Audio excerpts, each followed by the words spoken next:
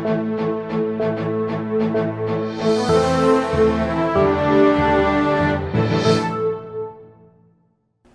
morning and welcome to an all-new Eye of the Tiger. I'm Rachel Barber. And I'm Nick Chang. Oakmont Administrator Jason Harm will be occasionally filling in for RHS Assistant Principal Stephanie Malia for the remainder of the school year while she battles cancer. RHS admin showed their support for Malia this past Friday.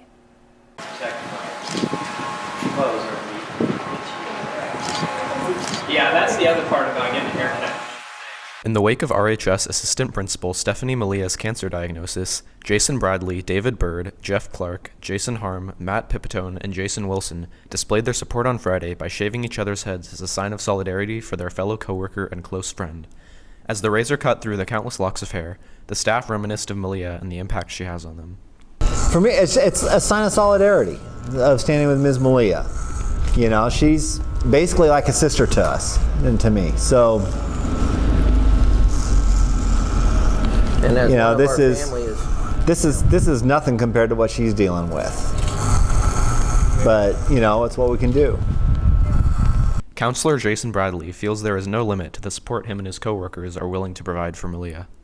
And we're obviously all very close, and we're very worried, but we're all very hopeful, and we want to give her as much encouragement as we can and let her know that we're here to do anything and everything we can to help her.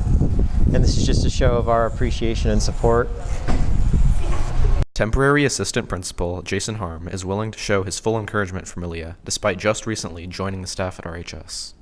We're all in this together. It doesn't matter what school you work for. I think cancer crosses barriers, crosses school lines. It doesn't matter. And for me, it's personal. I had a brother-in-law that passed away when he was in high school, and this is the least that I could do to show Mrs. Malia how much we love her. Student government will be hosting a Spirit Day in honor of Malia this week. Advisor Brent Maddox encourages all students to participate this Friday. Hey Roseville High School, Mrs. Malia Day is coming up next Friday, May 5th, and we want you to bring out your blue. That's Mrs. Malia's favorite color. At this time, Mrs. Malia is battling cancer, and she can use all the support and love she can get. So bring out any kind of blue. Doesn't matter what shade it is, doesn't matter where you're wearing it. Wear as much blue as possible. If you want to, go crazy, and we'll see you at school on Friday. That announcement was filmed last week. Miss Malia Day will be held this Friday. Make sure you wear blue in support. We now go to Cale Gibson with sports. Good morning and welcome to this week's edition of EOTSN. I'm Cale Gibson. The Capital Valley Conference realignment became official last month. The INDERKUM Tigers from Natomas, the YUBA City Honkers, the WOODCREEK Timberwolves, and the River Valley Falcons will join the league in the 2018-2019 school year. The Tigers, Honkers, and Falcons are all coming from the Tri-County Conference, while the infamous WOODCREEK Timberwolves are moving down from the Sierra Foothill League.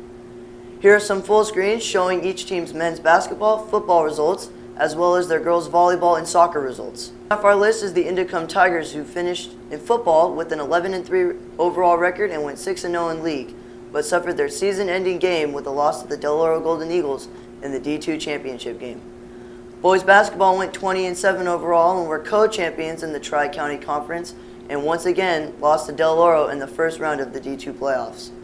The Tigers went 13-9-5 overall and 6-3-3 in league. Moving to the girls' sports, the girls' volleyball team went 27-11 and 8-4 in league. In soccer, the Tigers went 13-9-5 overall and 6-3-3 in league. Now we look at the River Valley Falcons, who went a below average of 3-7 in football and 3-3 in league.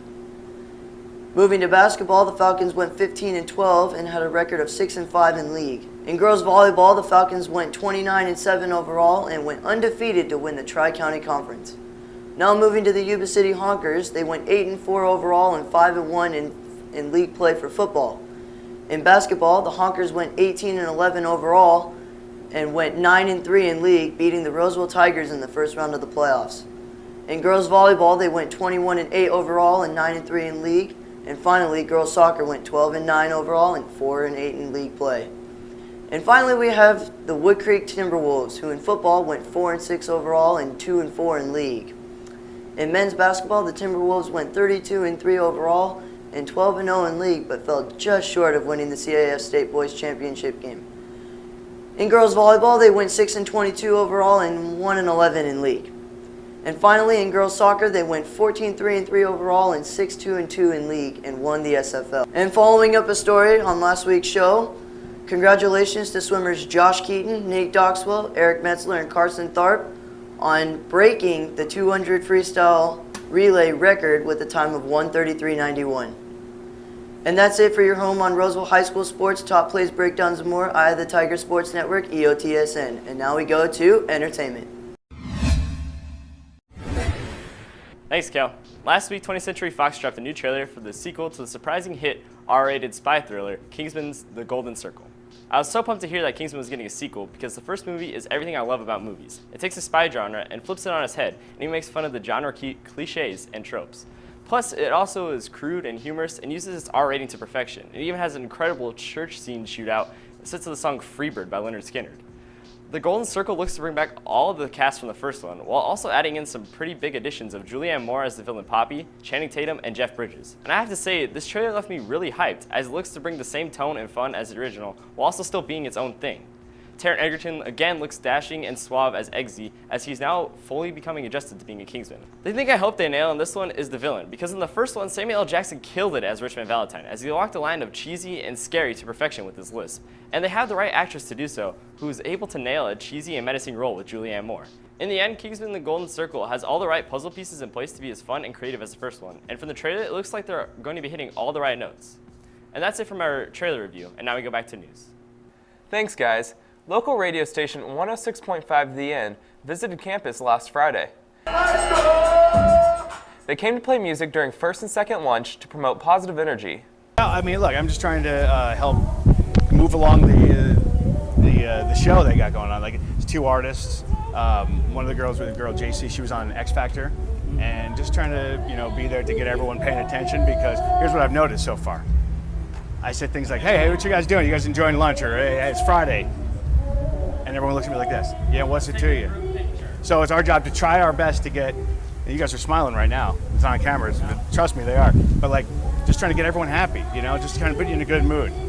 Because I'll tell you, when I was in high school, like, I was shy, I didn't care, and like, I just felt like no one cared. I came out of my shell, it's fun. You can have a good time, loosen up a little bit. You can sign up for the dodgeball tournament all of this week in the cafeteria during lunch. The tournament requires teams of 5 or 6 and will be held May 22nd through the 26th during both lunches. That's it for us today on Eye of the Tiger. And remember, we're always on EyeOfTheTigerNews.com. See you next time.